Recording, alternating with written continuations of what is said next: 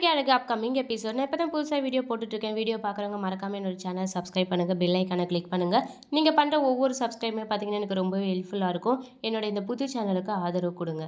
ரேவதி விஷயத்தில் பாக்கியராஜ் பார்த்தீங்கன்னா யாரோட பேச்சும் கேட்குற மாதிரி இல்லை.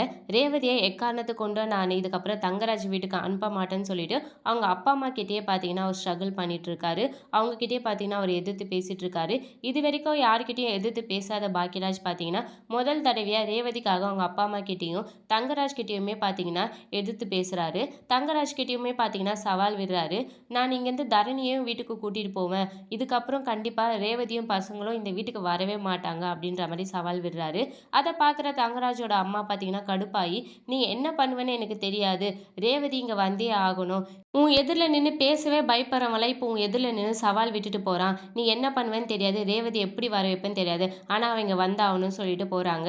பாக்கியராஜோட செயலால ரொம்பவே கடுப்பாகிற தங்கராஜ் பார்த்தீங்கன்னா சுரேஷை விட்டு பேச சொல்லலான்னு சொல்லிட்டு சுரேஷை ஒரு பகடக்காயாக யூஸ் பண்ணுறாரு.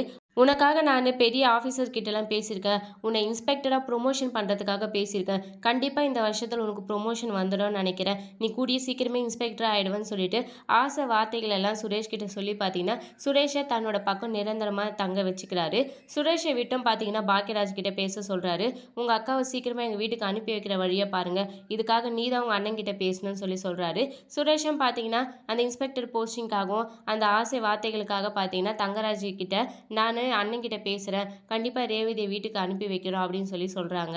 அதை நம்பி பார்த்தீங்கன்னா சுரேஷும் பார்த்தீங்கன்னா பாக்கியராஜ் கிட்ட தங்கராஜ்காக சப்போர்ட் பண்ணி பேசுகிறாரு. சுரேஷ் என்ன சொன்னாலும் அதை காது கொடுத்து கேட்குற மாதிரி பாக்கியராஜ் ரெடியாக இல்லை. நீ அவருக்கு சப்போர்ட் பண்ணி பேசுறதா இருந்தால் என்கிட்ட பேசாத, கூட நீ அவருக்கு தான் சிங்சாங் அடிக்கிற, நான் உன்னை என்ன சொல்கிறதுனே தெரியலன்னு சொல்லிட்டு பாக்கியராஜ் கோவப்படுறாரு. ஆனாலும் சுரேஷ் எவ்வளவோ சொல்கிறாரு, நம்ம எவ்வளோ நாளைக்கு அக்காவையும் பசங்களையும் இங்கே வச்சு பார்த்துக்க முடியும், அதனால அவங்கள அமுச்சு வைக்கிறது தான் சரி, அவரும் அதுக்காக வந்து மன்னிப்பு கேட்டுட்டார்ல, அதுக்கப்புறமா நீ ஏன் இதை மாதிரி பண்ணிட்டு இருக்க அப்படின்னு சொல்கிறாங்க. நீ என்ன சொன்னாலும் சரி சுரேஷ், நான் ரேவதி அனுப்புறதா இல்லை, கண்டிப்பாக ரேவதி அனுப்ப மாட்டேன் அப்படின்னு சொல்லிட்டு அவர் கோவப்படுறாரு. எவ்வளோ சொல்லியும் யார் மூலியம் பேசியும் பாக்கியராஜ் தன்னோட வழிக்கு வரலன்ற விஷயத்தை தெரிஞ்சுக்கிற தங்கராஜ் பார்த்தீங்கன்னா அவனுக்கு அந்த வேலை இருக்கிறதுனால தானே இவ்வளோ ஆட்டம் ஆடுறான், அந்த கவர்மெண்ட் வேலை கையில் இருக்கிறதுனால தானே, சம்பாதிக்கிறதுனால தானே நம்ம பொண்டாட்டியும் நம்ம பசங்களையும் சேர்த்து பார்த்துக்கிறேன்னு சொல்கிறான், அந்த வேலை இல்லைன்னா இவன் என்ன பண்ணுவான், அவன் குடும்பத்துக்கே அவனால் சாப்பாடு போட முடியாது, அப்புறம் எங்கேருந்து நம்ம பொண்டாட்டி பிள்ளைங்களுக்கு சாப்பாடு போடுவான் அப்படின்னு சொல்லிட்டு பார்த்தீங்கன்னா தங்கராஜ் அவரோட வில்லத்தனத்தை ஆரம்பிக்கிறாரு.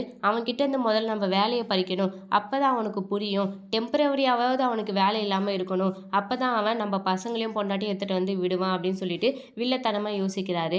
பாக்கியராஜ் ஆஃபீஸில் இருக்கிறவங்களே பார்த்தீங்கன்னா அவருக்கு எதிராக செயல்படுத்த வைக்கிறாரு.